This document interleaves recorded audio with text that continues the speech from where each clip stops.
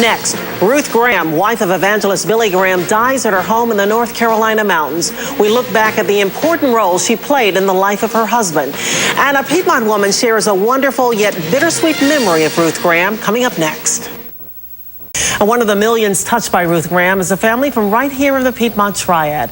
Their story began more than a decade ago when an 88-year-old woman gave a mere $30 to Graham's ministry. But what they got in return was priceless.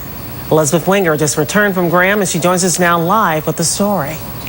We often hear about Ruth Graham's grace and generosity, and what she gave to one family is just one example of that.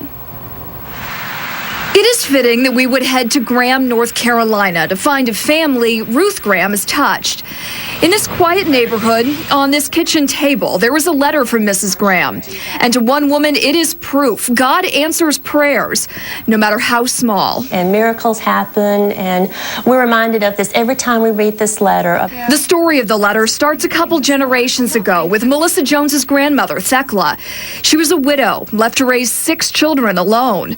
As she grew older, Thecla was on a fixed income from the VA, but she was a strong Christian and wanted to give something to Billy Graham's ministry. So she told us that she was praying that the Lord would give her a little bit of extra money to do this task with. That's when Jones says the miracle happened. A miscalculation of payments at the VA meant her grandmother was owed $30.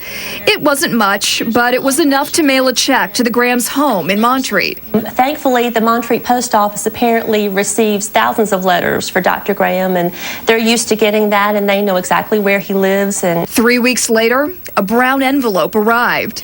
We believe, like the loaves and fishes, the Lord will multiply your gift in presenting. It was from Ruth Graham on her personal stationery. And we were just astonished that Mrs. Graham would take the time to write my grandmother and to thank her for a payment of $30.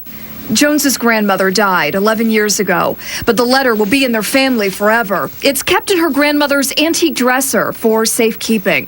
It's always been special to us, but now that Mrs. Graham is no longer with us, it definitely means more, and it will definitely remain a treasured item in our family.